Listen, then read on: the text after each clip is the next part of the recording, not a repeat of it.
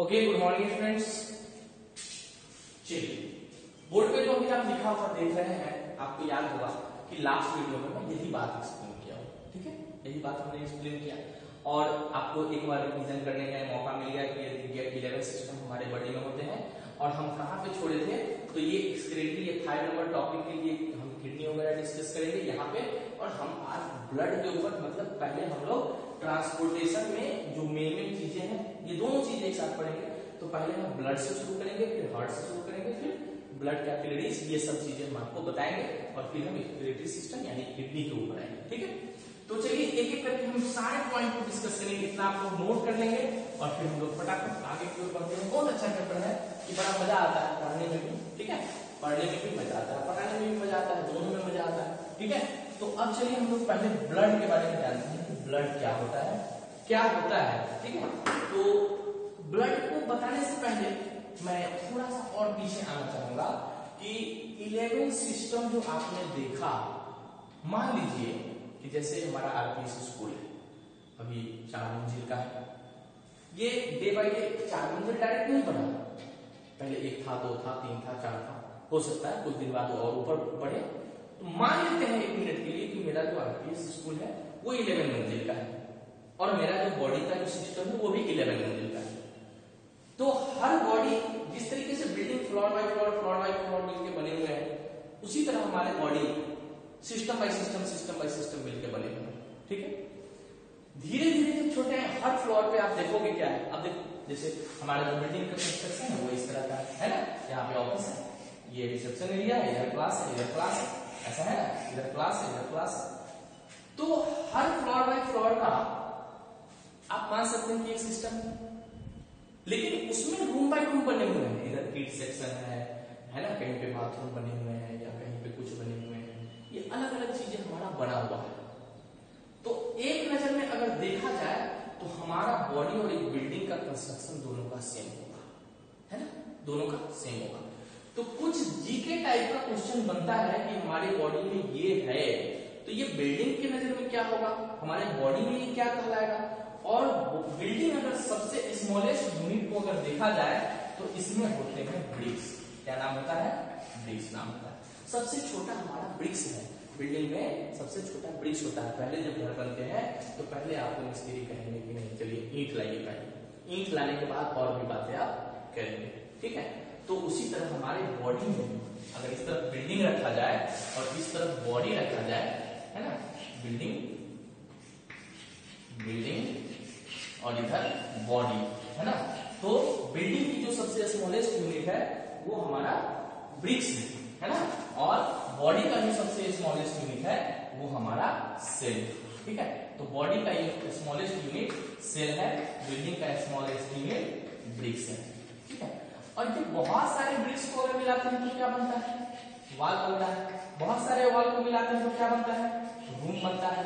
बहुत सारे रूम को मिलाते हैं तो क्या बनता है? एक फ्लोर बन गया, एक फ्लैट बन गया। बहुत सारे फ्लोर को मिलाते हैं तो क्या बनता है? एक बिल्डिंग बनता है ना, बिल्डिंग बनता है। और बहुत सारे बिल्डिंग को मिलाते हैं तो एक लोकेलिटी बनता है ना, लोकेलिटी बनता है। और बहुत सारे लोकेलिटी को मिलाते हैं तो एक सिटी बनता है ना, और बहुत सारे सिटी को मिलाते हैं तो एक कंट्री बनता है। बहुत सारे कंट्री को मिलाते हैं तो एक कॉन्टिनेंटल बनता है। बहुत सारे कॉन्टिनेंटल को मिलाते हैं तो एक वर्ल्ड बनता है। बहुत सारे वर्ल्ड के प्लेनेट को मिलाते हैं तो यूनिवर्स बनता है, गैलेक्सीज बनते हैं, फिर आगे बढ़ते हैं, बहुत बातें। इसी तरह बॉडी सेल से मिलकर बना, बहुत सारे सेल जो मिलता है तो उसको कहते हैं टिश्यू, है ना। बहुत सारे टिश्यू को मिलते हैं तो उसको कहते हैं ऑर्गन, है ना। बहुत सारे ऑर्गन मिलते हैं तो उसको कहते हैं ऑर्गन सिस्टम, ऑर्गन सिस्टम। और बहुत सारे ऑर्गन सिस्टम मिलता है तो बनता है बॉडी, और बहुत सारे बॉडी मिलते हैं तो बनता है पॉपुलेशन, और बहुत सारे पॉपुलेशन मिल करके वर्ल्ड की पूरी आबादी है।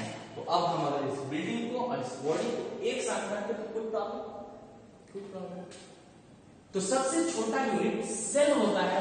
सेल के विषय में आप अगले क्लास में और डिटेल्स जानेंगे कि ये सेल क्या होता है, सेल कैसे फंक्शन करता है, क्या उसके प्रॉपर वर्क है। तो सेल के विषय में हम लोग नहीं जानेंगे। सेल को आप समझ लीजिए, ये हमारी बॉडी में एक छोटा सा ऐसे बहुत सारे सेल हमारे बॉडी में है, और ये हमारे बॉडी में जो सेल है ये 6 × 10⁻⁴ 24 सेल हमारे बॉडी में है ना। 6 × 10⁻24 सेल हमारे बॉडी में मौजूद है। हम एक ड्रॉप वाटर लेते हैं ना, यानी एक स्पाइक थूक फेंकते हैं, 10 लाख सेल होता है। माइक्रोमीटर में सेल होते हैं, they are unable to visible by our naked eye. इतने छोटे छोटे होते हैं कि देख नहीं सकते। तो आप समझ सकते हैं कि सेल की चर्चा मैं यहां नहीं करूंगा। सेल अगर करेंगे तो सीधा ये आपको बहुत छोटे यूनिट पे ले जाना होगा, क्योंकि सेल आपको 8 में पढ़ना है, सेल आपको 7th में नहीं पढ़ना है। ठीक है, टिश्यू आपको 9 में पढ़ना है, टिश्यू भी आपको 7th में नहीं पढ़ना है। ऑर्गन भी आपको फिलहाल ऑर्गन की जानकारी हर सिस्टम में हम दे ही रहे हैं। ऑर्गन सिस्टम मैंने 10 का नाम बताए, मतलब यहाँ पे आपको इधर से पढ़ते जाना। हम 8 में सेल तक जाएंगे और ये सारी बातें हम 8 में समझ जाते हैं। 8 तक जाते जाते हम पूरे बातों को समझ जाते हैं। ठीक है, यहाँ तक समझने में कोई दिक्कत, कोई प्रॉब्लम नहीं। आप इसको नोट करेंगे, जैसे जैसे मैं नोट करता जा रहा हूँ आप कॉपी पे नोट करोगे, कोई भी टॉपिक आपका छूटना नहीं चाहिए। क्लियर? चलते हैं हम लोग ब्लड की तरफ। आपसे सबसे पहले पूछा जाए कि ब्लड क्या है, व्हाट इज ब्लड। पहला क्वेश्चन मैं ही आपसे पूछ रहा हूं या कोई भी आपसे पूछ दिया, ब्लड की ब्लड कंप्लीट किसी का है वो आदमी बहुत हेल्दी पर्सन है, ब्लड कंप्लीट है। तो सबसे पहले हम लोग पढ़ेंगे क्या, ब्लड, है ना। ब्लड क्या है, व्हाट इज ब्लड। क्वेश्चन आता है यहाँ पे, what is blood, what is blood. अब आप लिखना शुरू करेंगे, व्हाट इज ब्लड। ठीक है, तो अभी जो मैंने बताया कि टिश्यू जो है, ब्लड के टिश्यू 4 तरह के होते हैं। आगे जाएंगे तो आप पढ़िएगा, टिश्यू 4 तरह के होते हैं, epithelium tissue, muscular tissue, connective tissue और नर्वस टिश्यू। तो ब्लड क्या है, ब्लड एक टिश्यू है। ब्लड इज, है ना, blood is a fluid, blood is fluid, यानी fluid connective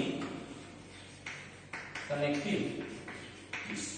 what is blood, तो blood is a fluid connective, blood is a fluid connective tissue.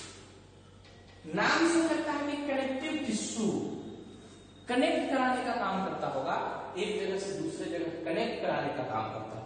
तो ब्लड क्या करता है, हमारे कनेक्ट कराने के लिए तो काम करता है। ब्लड हमारे पूरे बॉडी में मूव करता है, एक दूसरे से कनेक्टेड है, तो कनेक्टेड है तो कनेक्ट कराने का काम किया, तो ये कनेक्टिव टिश्यू में चलाता है। तो ये ब्लड के लिए डेफिनेशन अगर देखा जाए तो आप एक लाइन में जवाब दे दोगे, blood is a fluid connective tissue. Clear, इतना याद भी रहेगा। दूसरा क्वेश्चन आपके सामने है, फंक्शन ऑफ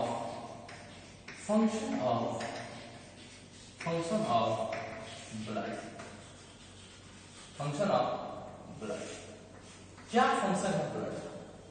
ठीक है, सबसे पहला काम इसका है, blood helps in, same to same आप लिखते जाएंगे, blood helps in transportation of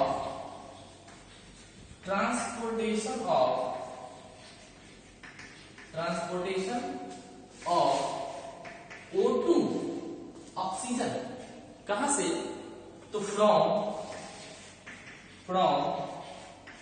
lungs to another part of the body, another part of the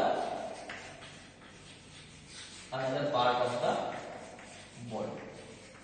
पहला काम, ठीक है। फर्स्ट फंक्शन इसका है कि blood help to transportation of O2 from lungs to another part.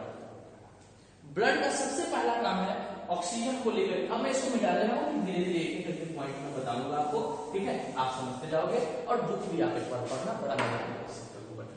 पहला काम है, जब ऑक्सीजन हमारे बॉडी में पहुंचे, डिफरेंट एरिया में हमारा ऑक्सीजन जब पहुंचा है, तो ऑक्सीजन के यूज होने से, आपने रेस्पिरेशन चैप्टर में पढ़ा है, क्या पढ़ा है, O2 प्लस, ऐसे पढ़ा है, C6H12 O6 plus O2 equal to बनता है CO2 प्लस H2। ठीक है, प्लस एनर्जी मिलती है। तो यहां पे ऑक्सीजन मेरे लिए अमृत है, बिना ऑक्सीजन का हम 1 मिनट भी जिंदा नहीं रह सकते हैं, लेकिन CO2 हमारे लिए जहर है, पॉइजन है।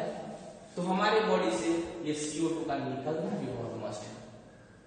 फिर सेल में जो ऑक्सीजन लेके गया है वही CO2 लेके भी वापस आए। जहां से लेके गया है वहीं तक लाके वापस छोड़ेगा। लंग्स से लेके सेल तक गया है तो सेल से लेके लंग्स तक आएगा। तभी तो हम लोग एक बार सांस लेते हैं, एक बार हम लोग छोड़ते हैं, इनहेल करते हैं, एक्सहेल करते हैं। तो जब हम लेते हैं तो एनवायरमेंट की ऑक्सीजन हम लोगों के पास जाता है, और जब हम छोड़ते हैं तो यही कार्बन डाइऑक्साइड हमारे एनवायरमेंट में बाहर छोड़े जाते हैं। कई लोगों को एक्टिविटी भी मैंने बताया कि आप प्रूव करिए कि हम ऑक्सीजन कार्बन डाइऑक्साइड छोड़ते हैं। वो चूने का पानी वाला एक्टिविटी बताया था, बहुत सारे लोग करके भी भेजे थे। ठीक है, कोई दिक्कत नहीं। तो यहाँ पे ये तो इस ऑक्सीजन के साथ CO2 का, तो ये ऑक्सीजन जो गया सेल तक, ये तो ये बातें हो गई। दूसरा CO2 को बाहर निकालेगा, तो हम यहाँ पे दूसरा पॉइंट हम लिखेंगे, ब्लड हेल्प्स इन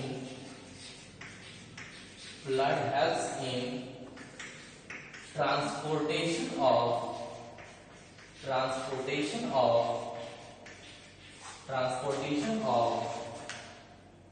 CO2 कहां से, तो फ्रॉम सेल टू लंग्स। अब लंग्स से बाकी की बॉडी में जो बाकी के पार्ट में जो गए, तो यहां जो है बाकी के पार्ट से लंग्स तक आएगा और वो हमारी बॉडी से बाहर जाएगा। ठीक है, यहां तक समझने में कोई दिक्कत नहीं। आपको याद ही कर लेना है, याद हो गया, 2 पॉइंट याद हो गया। एक ऑक्सीजन को ले जाना, दूसरे ऑक्सीजन को CO2 को बाहर लाना, ये बात हो। अब तीसरी पॉइंट आप समझिए कि हम खाना खाएं, कहां गया, स्टमक में गया, विलाई उसका एब्जॉर्प्शन किया। अब विलाई भी तो उसको लेकर के जाएगा ना बाकी के सेल तक, एसिमिलेशन होगा। तो यहाँ पे एक और फंक्शन होगा, blood helps in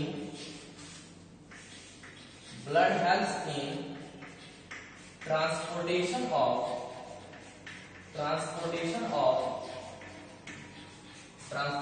of nutrients. ठीक है, न्यूट्रिएंट्स कहां से, तो फ्रॉम स्मॉल इंटेस्टाइन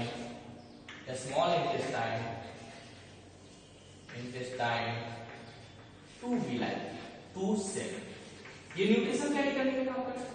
अब न्यूट्रिशन गया, फिर आपका चौथा पॉइंट हो गया, न्यूट्रिशन गया, उसकी यूटिलाइजेशन हुई सेल में जाके।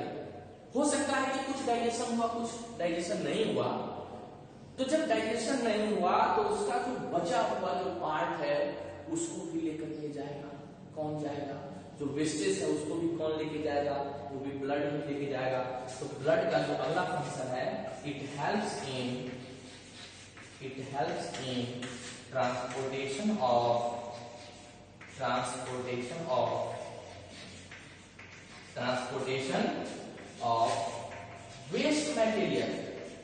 वेस्ट मटेरियल कहां से, तो फ्रॉम सेल टू, है ना,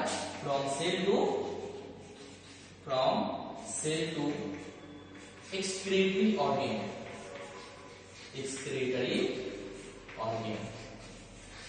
ठीक है, एक्सक्रीटरी ऑर्गेन, ये फंक्शन हो गया। और कुछ फंक्शन है वो भी लिखेंगे हम। अब जब हम लोग दवा खाते हैं, इसको मिटा देना, आप इसको 4 पॉइंट लिख लो। जब हम लोग दवा खाते हैं तो दवा हम खाएं, पैर में मान लीजिए वाउंड हो गया है, घाव हो गया है, चोट लगी, या पैर में दर्द हो रहा है, सर में दर्द हो रहा है, हमने दवा खाया और हमें बीमारी ठीक हो जाती है।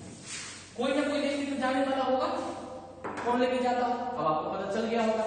तो blood helps in transportation of medicine, blood helps in transportation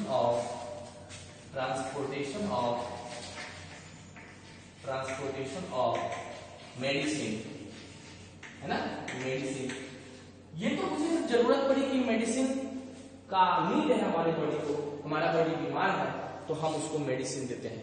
लेकिन जब जरूरत पड़ता है कि नहीं, मुझे मेडिसिन की जरूरत ही नहीं है, हमारी बॉडी को खुद को जरूरत है, खुद में जो पहले से मौजूद है वो ट्रांसपोर्ट करना है, एक जगह से दूसरी जगह जाना है, तो यहाँ पे अगला पॉइंट होगा, blood helps in transportation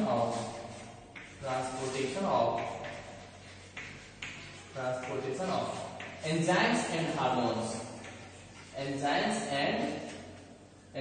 and hormones, है ना। ये इसका फंक्शन हो गया, एंजाइम्स एंड हॉर्मोन्स ट्रांसपोर्टेशन करता है। उसके बाद इट हेल्प्स इन थर्मोरेगुलेशन। अब थर्मोरेगुलेशन वर्ड आपको नहीं समझ में आया, मैं समझा दे रहा हूं। हमारा बॉडी अगर काफी गर्म हो गया तो हमारे बॉडी को चाहेगा ये ठंडा करना, और हमारा बॉडी अगर ठंडा हो गया तो हमारे बॉडी को चाहेगा गर्म करना। हमारे बॉडी को हमेशा 37 डिग्री सेल्सियस टेम्परेचर बनाए रखने की कोशिश करता है। इसी प्रोसेस को हम लोग थर्मोरेगुलेशन कहते हैं। थर्मल मतलब हीट, रेगुलेशन मतलब कंट्रोल करना, तो हमारे बॉडी को थर्मल रेगुलेशन में हेल्प करता है। तो ये ब्लड का प्रॉपर फंक्शन रहा। अगले वीडियो में हम ब्लड के बेसिक कंपोनेंट्स के बारे में डिस्कस करेंगे कि एक्चुअल में ब्लड है क्या, उसमें क्या क्या चीज है। पता है आपको कि एक छोटे से पॉइंट अगर छोटा बड़ा हो जाता है तो उस ब्लड हमारे बॉडी को बड़ी मेजर प्रॉब्लम होती है, उस पर हम प्रॉपर डिस्कस करेंगे, ठीक है। तो आप यहाँ तक कंप्लीट करें। नेक्स्ट वीडियो में हम ब्लड के कंपोनेंट्स को लेकर के हाजिर रहेंगे। Thank you, goodbye, take care.